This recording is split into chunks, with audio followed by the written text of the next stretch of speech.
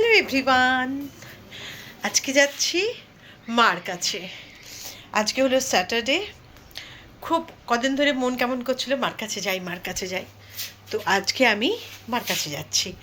তো আমি যেটা পরেছি সেটা হলো একটা ট্র্যাক জিন্স পরেছি, সঙ্গে একটা বানিজ টি শার্ট পরেছি। দেখাচ্ছি, দাঁড়ান। ওফ, হয়েছে, দেখতে পাচ্ছেন? এই দেখুন, এটা হলো বানিজ টি শার্ট আর এই হলো আমার jeans. This is my one of my most favourite jeans. I just love it. আর আমার যাওয়ার জন্য মাফিনের মনে খুব দুঃখ, কারণ মা যাচ্ছে। তো এবার আমি একটুখানি হালকা একটু রেডি হয়ে নিই। কিছুই করবো না, আমি যেমন যেটা করি সব সময়, সেটা হলো জাস্ট একটা এসপিএফ ক্রিম আছে, এই এসপিএফ ক্রিমটা আমি মুখে লাগিয়ে নিই। আর হালকা করে একটু কাজল দেবো, দিতেও পারি নাও দিতে পারি। আর লিপস্টিক লাগাবো, লিপস্টিকটাও সেটা একটা সাটল লুক নিয়ে বেরিয়ে যাবো।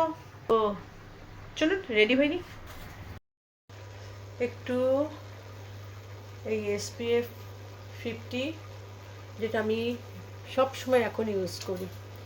আমি বলি তো সবাইকে ইউজ করতে বলি, ভীষণ ভালো, ভীষণ ভালো, ভীষণ ভালো, কিচ্ছু লাগবে না।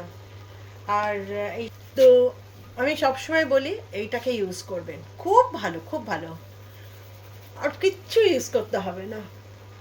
এটা যেহেতু টিন্টেডের জন্য এটাই একটাই প্লাস পয়েন্ট। টিন্টেডের জন্য আপনাদের আর কোনো রকম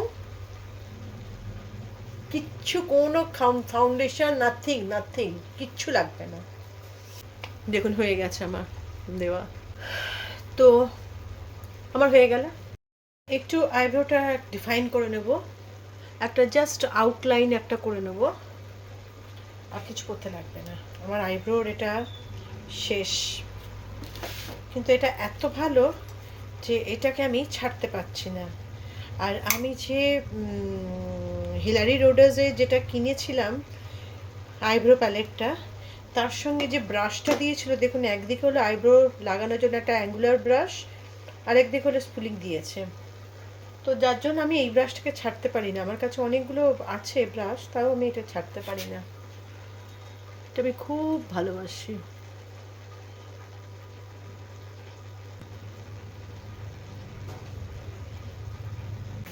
আমরা আর বেশি কিছু করার দরকার নেই। এবারে আমি একটু জাস্ট একটু কাজলটা ইউজ করব। এবারে আমি ইউজ করছি কাজল। কাজলটা হলো স্টাইল গ্লো কাজল, ভীষণ ভালো, ভীষণ। আমি বলবো স্টাইল গ্লো কাজল একবার ইউজ করুন। আসলে নামটা হলো স্টাইল গ্লো, দিস ওয়ান।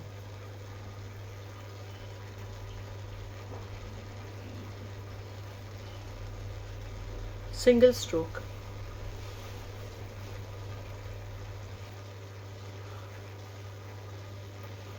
হয়ে গেছে।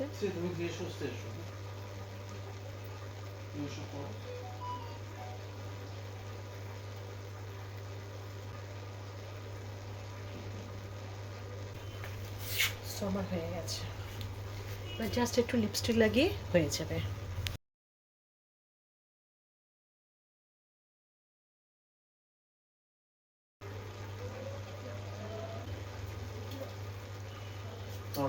হ্যাঁ, এই মাঝে বেরিয়ে পড়ছে। আচ্ছা ঠিক আছে, আমার ঠিক আছে। আচ্ছা আচ্ছা ঠিক আছে।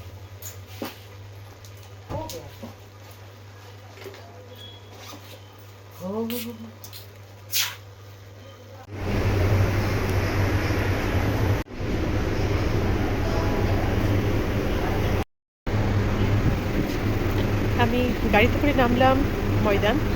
এবার ময়দান থেকে মেট্রো ধরবো, ধরে বাড়ি যাব।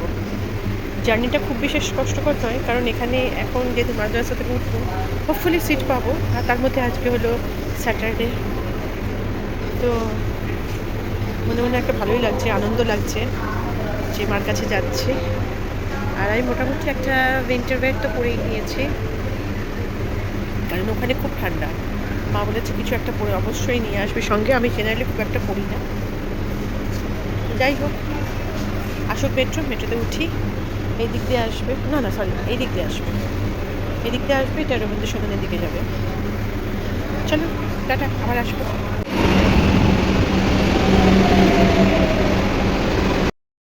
আমি এবার উঠে পড়ি, এসে গেছে আমার জায়গা। না, জায়গা নেই, দাঁড়াতে হবে, দাঁড়ান। এখন আমি মেট্রো থেকে নেমে পড়েছি, আর এটা হলো টালিগঞ্জ স্টেশন, মানে উপর দিয়ে যে ট্রেনটা যায় সেই লোকাল ট্রেন। স্টেশনে এসে গেছি, স্টেশনে এসে গেছি। এবারে ট্রেন আসবে, তারপরে উঠবো, এবার যাবো। তো এখন একটু হাঁটছি, যেখান থেকে ট্রেন ধরার কথা, যে জায়গা থেকে, সে জায়গায় গিয়ে ওয়েট করতে হবে। তো হাঁটছি একটু, হেঁটে যে জায়গাটা যাওয়ার কথা সেখানে গিয়ে বসবো। মোস্ট প্রবলি চলে আসবে, খুব তাড়াতাড়ি ট্রেনটা চলে আসবে। ভালোই লাগছে, অনেকদিন বাদে নিজের বাড়ি, বাপের বাড়ি, সেই ট্রেনে চড়া, যেটা আগে চড়তাম যখন আমার স্কুল ঠিক নয়, মানে ক্লাস 11 থেকে আমি এদিকে, তো ক্লাস 11 থেকে আমি আসতে যাচ্ছি। তো আবার সেই জায়গা সেইভাবে আসা যাওয়া ভালোই লাগছে। তো ট্রেন আসুক, চড়ি।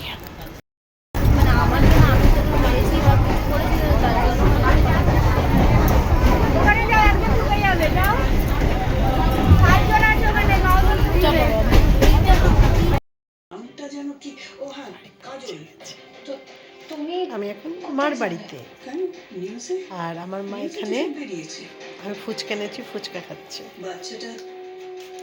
আর উপরে বাবা, এই যে বাবা, আমি এখানে, আর আমার মা এখানে আমার সাথে। ওর সঙ্গে সম্পর্কটা কি? ফুচকা খাচ্ছে। ছেলেটা একদম ভালো নয়।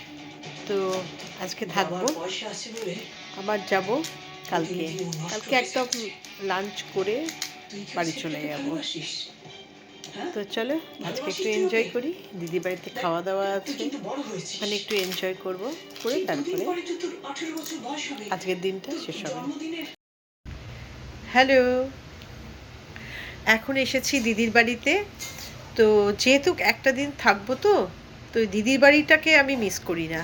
আমি এখানে যখনই আসি দিদির বাড়ি মাস্ট। তো এখন বাজে হলো রাত্রি 8:30।